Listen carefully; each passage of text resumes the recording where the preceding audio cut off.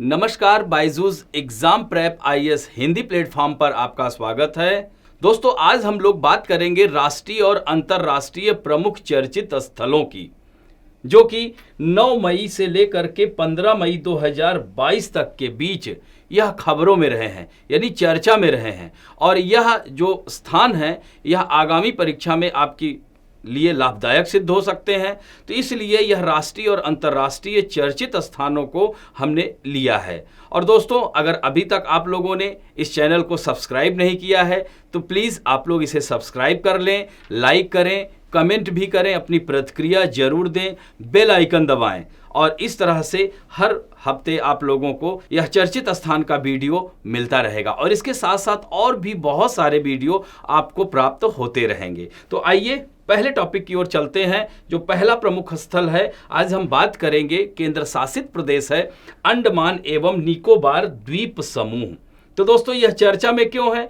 क्योंकि अंडमान निकोबार द्वीप समूह यहाँ पर गैस संयंत्र स्थापित करने के लिए पर्यावरण, वन एवं जलवायु परिवर्तन मंत्रालय ने तटीय जो विनियमन क्षेत्रों के जो नियंत्रण के संबंधित जो कानून थे उसमें छूट प्रदान की है। अब इस तरह से अंडमान निकोबार द्वीप समूह के क्षेत्र में गैस आधारित संयंत्र को स्थापित किया जा सकेगा। The island coastal zone regulation, जिसे ICRZ कहते हैं, 2019 में इसमें विभिन्न प्रकार के कह सकते हैं नियंत्रण स्थापित करने के लिए बातें की गई। तो इस नियमन में सुधार, यानी कह सकते हैं कि मामूली छूट प्रदान की गई है। इससे क्या होगा? अंडमान निकोबार द्वीप समूह के क्षेत्रों में गैस आधारित संयंत्र स्थापित किए जाएंगे, जिससे कि अंडमान निकोबार द्वीप समूह का विकास और तेजी से किया जा सकेगा। तो इस तरह से आप देख सकते हैं, अगर हम बात करते हैं तो अंडमान निकोबार कहाँ अवस्थित है? सीधे सीधे तो यह अरब सागर है दोस्तों, और यह बंगाल की खाड़ी है।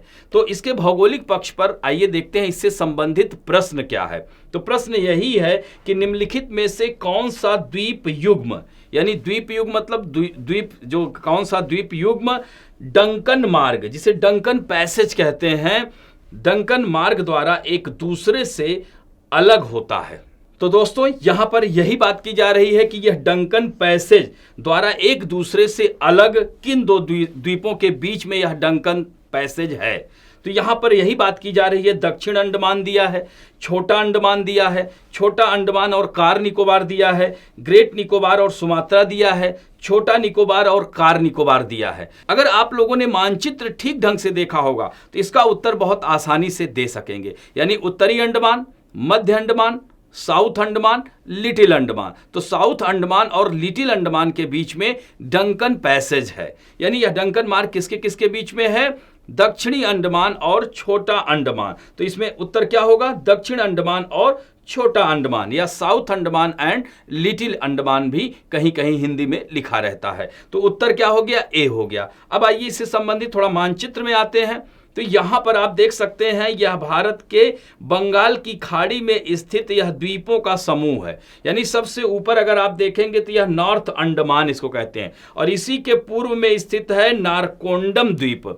दोस्तों, इसे भी ध्यान रखेंगे, नारकोंडम द्वीप एक सुषुप्त ज्वालामुखी द्वीप है। और यहीं पर थोड़ा सा इसके दक्षिण में आएंगे तो मिडिल अंडमान है, इसे मध्य अंडमान कहा जाता है। और यहीं पर इसके पूर्व में बैरन आइलैंड है। दोस्तों, यह सक्रिय ज्वालामुखी द्वीप है, इसे ध्यान रखेंगे। और फिर उसके बाद दक्षिण अंडमान आ जाता है, और दक्षिण अंडमान के बाद यहां पर आप देख सकते हैं, यही है डंकन मार्ग या डंकन पैसेज इसको कहा जाता है, इसे ध्यान रखेंगे। तो यह डंकन पैसेज, फिर लिटिल अंडमान। अब देखिए यहीं पर और भी याद रखिएगा 10 डिग्री चैनल। तो 10 डिग्री चैनल लिटिल अंडमान और कार निकोबार को अलग करता है, यह भी ध्यान रखेंगे। फिर यहां पर नीचे आप देखेंगे तो यहां काचल द्वीप है, यहीं पर आप देखेंगे लिटिल निकोबार है। तो इस तरह से कार निकोबार और लिटिल निकोबार के बीच में सैम्ब्रेरो चैनल है। क्या है? सैम्ब्रेरो चैनल, ध्यान रखेंगे, इसे भी सैम्ब्रेरो चैनल। और सबसे दक्षिण में है ग्रेट निकोबार, यहां पर इंदिरा पॉइंट, इसे पार्सन पॉइंट या पिग्मेलियन पॉइंट के नाम से जाना जाता है। दोस्तों, जब 2000 2004 में 26 दिसंबर 2004 को सुनामी आया था, तो यहाँ पर इंदिरा पॉइंट में कहा सकता है कि यहाँ पर ढेर सारा सुनामी ने प्रभाव छोड़ा था। तो इस तरह से यह दक्षिणतम बिंदु क्या है, इंदिरा पॉइंट, इसे पार्सन पॉइंट, पिग्मेलियन पॉइंट, और इसी के आगे अगर आप बढ़ते हैं तो क्या है, सुमात्रा, यानी सबसे नजदीक दक्षिण पूर्व एशियाई देशों की अगर बात की जाए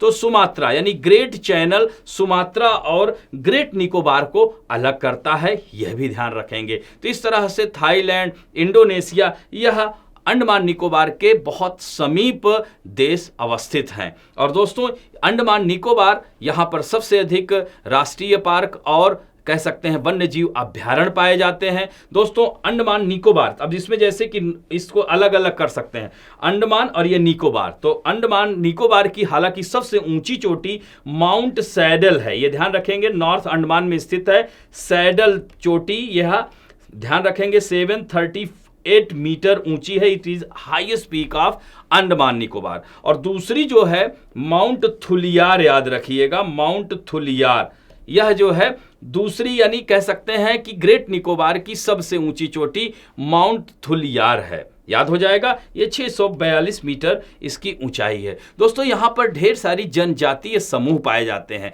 जैसे सुना होगा आपने जारवा, शोम्पेन, सेंटेनलीज, ओंगे, बोमा, ग्रेट अंडमानीज, निकोबारीज, यह सब जनजातियां पाई जाती हैं। और इस तरह से कुछ जनजातियों को संकट में जनजातियों में रखा गया है। दोस्तों उस जनजातियों के लिए इसीलिए हमारे संविधान में अनुसूची 5 और 6 में विशेष प्रावधान किया गया है। और दोस्तों इनका विकास उत्तरोत्तर हो रहा है, क्योंकि 2014 के लोकसभा इलेक्शन में पहली बार शोम्पेन जनजाति ऐसी जनजाति थी जो कि लोकसभा चुनाव में मताधिकार का प्रयोग किया था। तो इस तरह से यह अंडमान निकोबार द्वीप समूह के बारे में महत्वपूर्ण बातें, इसे मानचित्र में जरूर देखिएगा, क्रम से लगाइएगा, उत्तरी अंडमान, मध्य अंडमान, साउथ अंडमान, लिटिल अंडमान, फिर car Nicobar, little Nicobar, great Nicobar, ऐसे ही क्रम से इसे ध्यान रखेंगे। अब बढ़ते हैं दूसरे प्रमुख स्थल की ओर, United Nation Convention to Combat Desertification, जिसे UNCCD कहा जाता है।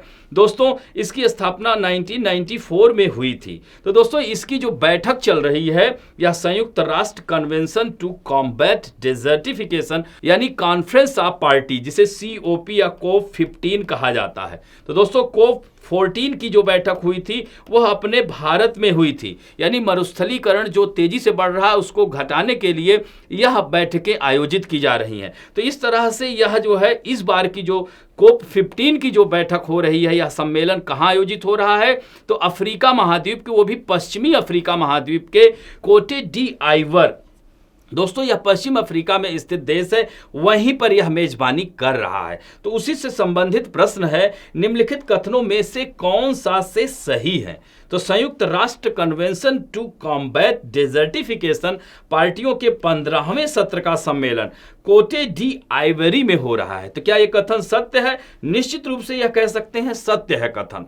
और दूसरा कथन है COP 15 का जो थीम है वह है भूमि, यहां पर ऐसे कॉमा लगा देंगे, भूमि, जीवन और विरासत, यानी लैंड, लाइफ, लेगेसी, और इसमें कहा है अभाव से समृद्ध की ओर, यानी भूमि, जीवन को बचाना भी है और इस हमारी प्राकृतिक विरासत की रक्षा करना है। यही इस बार के COP 15 का थीम है। तो यह भी कथन एकदम सत्य है।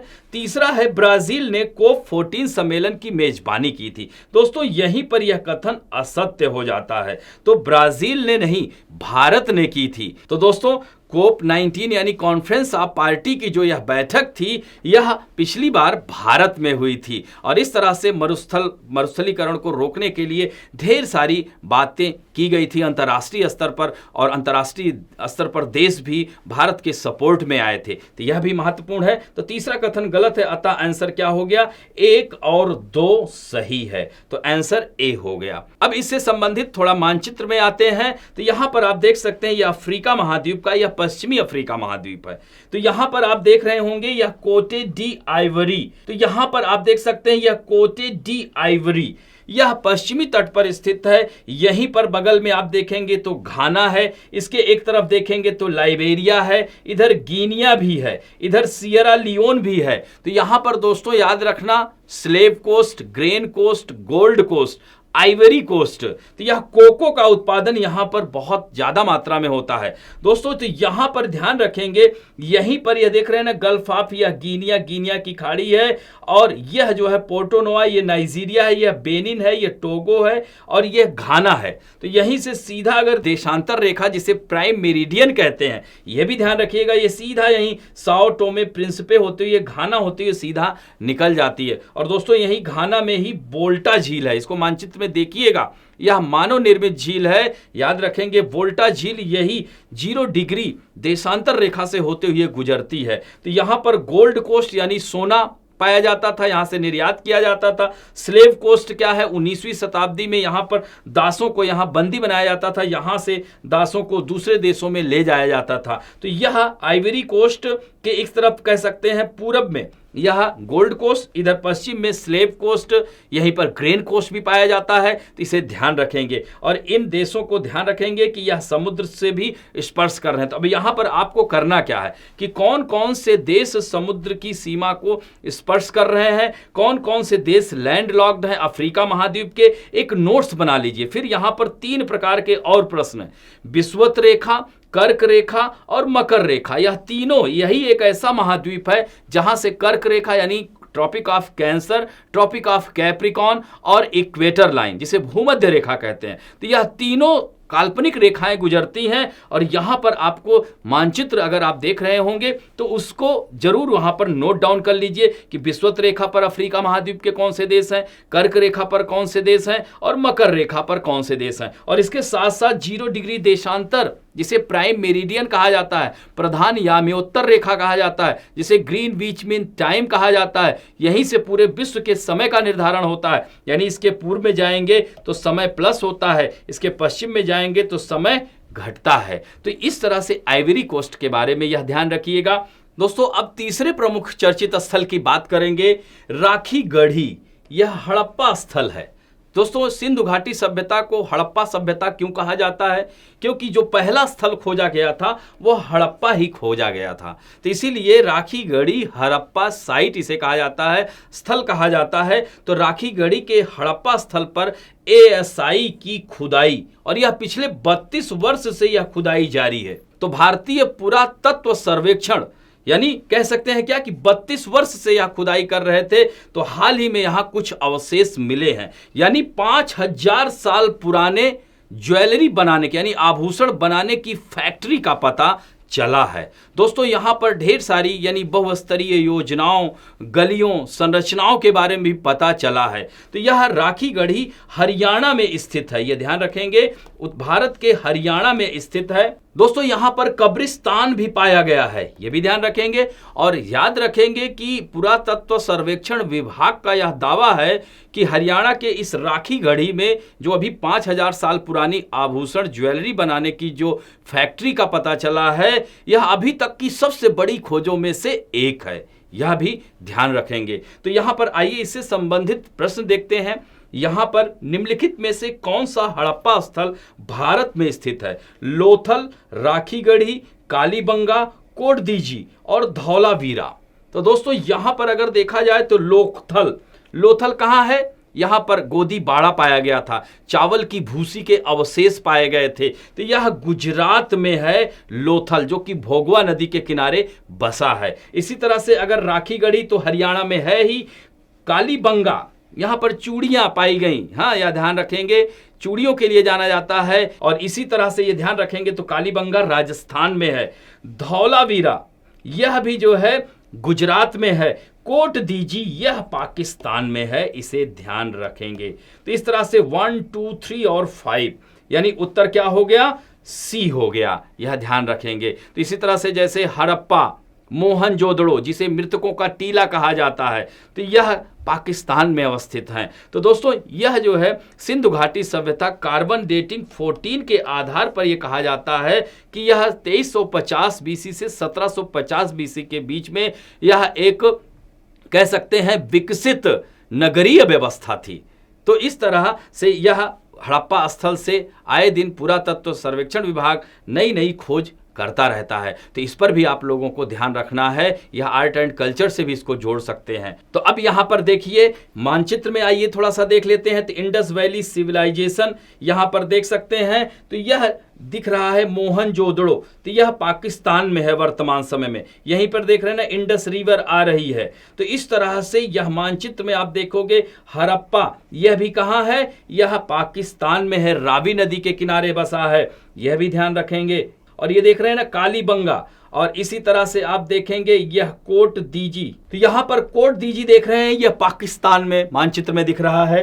तो इस तरह से यह धौलावीरा यहां गुजरात में है, लोथल गुजरात में है। तो इसको नॉर्थ टू साउथ ये ध्यान रखेंगे और थोड़ा सा व्यवस्थित देखना है। ये देख सकते हैं हड़प्पा, यहां पर कालीबंगा, और यह जो है आपका धौलावीरा, यह लोथल है, और यह राखीगढ़ी हिसार के पास है हरियाणा में। तो इस तरह से मानचित्र में देखेंगे तो और आसान हो जाएगा। अब बढ़ते हैं नेक्स्ट हंगरी।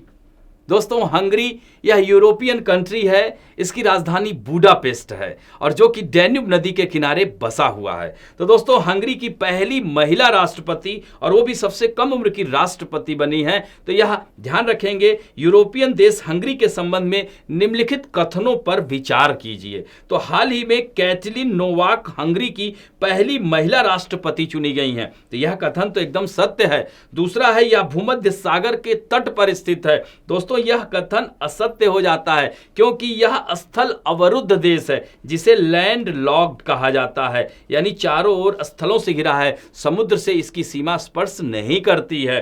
तो यह कथन असत्य हो जाता है। दोस्तों यहीं पर शीतोष्णकटिबंधीय घास का मैदान पुछताज कहते हैं, इसे याद रखिएगा, पुछताज। तो दोस्तों जैसे कि दक्षिण अमेरिका महाद्वीप में अर्जेंटीना में शीतोष्णकटिबंधीय घास के मैदान को पंपास कहा जाता है, उत्तरी अमेरिका में प्रेयरी कहा जाता है, यूक्रेन और रूस में स्टेपी कहा जाता है, उसी तरह से हंगरी में पुछताज कहा जाता है, ऑस्ट्रेलिया में इसको डाउन्स कहते हैं, साउथ अफ्रीका में वेल्ड कहा जाता है, और इसी तरह से न्यूजीलैंड में कैंटरबरी का मैदान कहते हैं। तो यह पुछताज, यह कथन एकदम सत्य है। तो यहां पर आपने देखा कि 1 और 3 तो सही है, दूसरा गलत है, और नीचे क्या दिया गया है कि उपरोक्त में से कौन सा कथन गलत है। तो कौन सा कथन गलत है, केवल 2। तो अतः उत्तर क्या हो गया, बी हो गया। इसे ध्यान रखेंगे। तो अब इसमें मानचित्र में आइए थोड़ा सा देख लेते हैं और आसान हो जाएगा। तो दोस्तों यह ईस्टर्न यूरोप दिख रहा है, इधर आप देख सकते हैं रोमानिया स्पर्श कर रहा है, ऊपर अगर देखा जाए उत्तर पूर्व में तो यूक्रेन कर रहा है, इधर देख सकते हैं स्लोवाकिया कर रहा है, और यह ऑस्ट्रिया कर रहा है, स्लोवेनिया भी कर रहा है, और दोस्तों क्रोशिया भी कर रहा है, और यह सर्बिया जिसकी राजधानी बेलग्रेड है। तो इस तरह से यह स्थल अवरुद्ध देश है। ये भूमध्य सागर, ये तो एड्रियाटिक सी है, ध्यान रखिएगा, और यह इटली है, और इधर देख सकते हैं लिंगुरियन सी है। तो these are part of Mediterranean sea, यानी भूमध्य सागर देख सकते हैं कि हंगरी से दूर हो जाता है। यहां पर पहली महिला राष्ट्रपति चुनी गई हैं। अब बढ़ते हैं दक्षिण कोरिया। दोस्तों यह दक्षिण कोरिया एशियाई देश है। दक्षिण कोरिया नाटो साइबर रक्षा समूह में शामिल होने वाला पहला एशियाई देश हो गया है। इस वजह से चीन और रूस जैसे देशों में खलबली मच गई है। दोस्तों नाटो मतलब NATO, North Atlantic Treaty Organization जिसे कहते हैं। दोस्तों इसका मुख्यालय ब्रुसेल्स में है, बेल्जियम की कैपिटल, और नाटो की स्थापना 1949 में हुई थी। अब वर्तमान में इसमें 32 देश हैं। तो दोस्तों यह साइबर सुरक्षा, चूंकि आए दिन इसको चीन और उत्तरी कोरिया से साइबर सुरक्षा संबंधी समस्याएं, संकट का सामना करना पड़ता है दक्षिण कोरिया को। यही कारण है कि उसने नाटो के साइबर रक्षा समूह में वह ज्वाइन किया है। दोस्तों साउथ कोरिया की जो कैपिटल है वह सियोल है, और इसी के उत्तर में ही उत्तरी कोरिया है। जैसे भारत और पाकिस्तान के बीच में स्थिति रहती है, वही स्थिति उत्तरी कोरिया और दक्षिणी कोरिया। उत्तरी कोरिया के अगर तुलनात्मक रूप से देखा जाए तो उत्तरी कोरिया की तुलना में दक्षिण कोरिया बहुत ज्यादा डेवलप है। तो यह ध्यान रखेंगे। तो हाल ही में एशिया का पहला देश कौन है जो नाटो साइबर रक्षा समूह में शामिल हुआ है? तो दोस्तों जापान, दक्षिण कोरिया, फिलीपींस या सिंगापुर। तो यहां पर आप देख सकते हैं उत्तर दक्षिण कोरिया।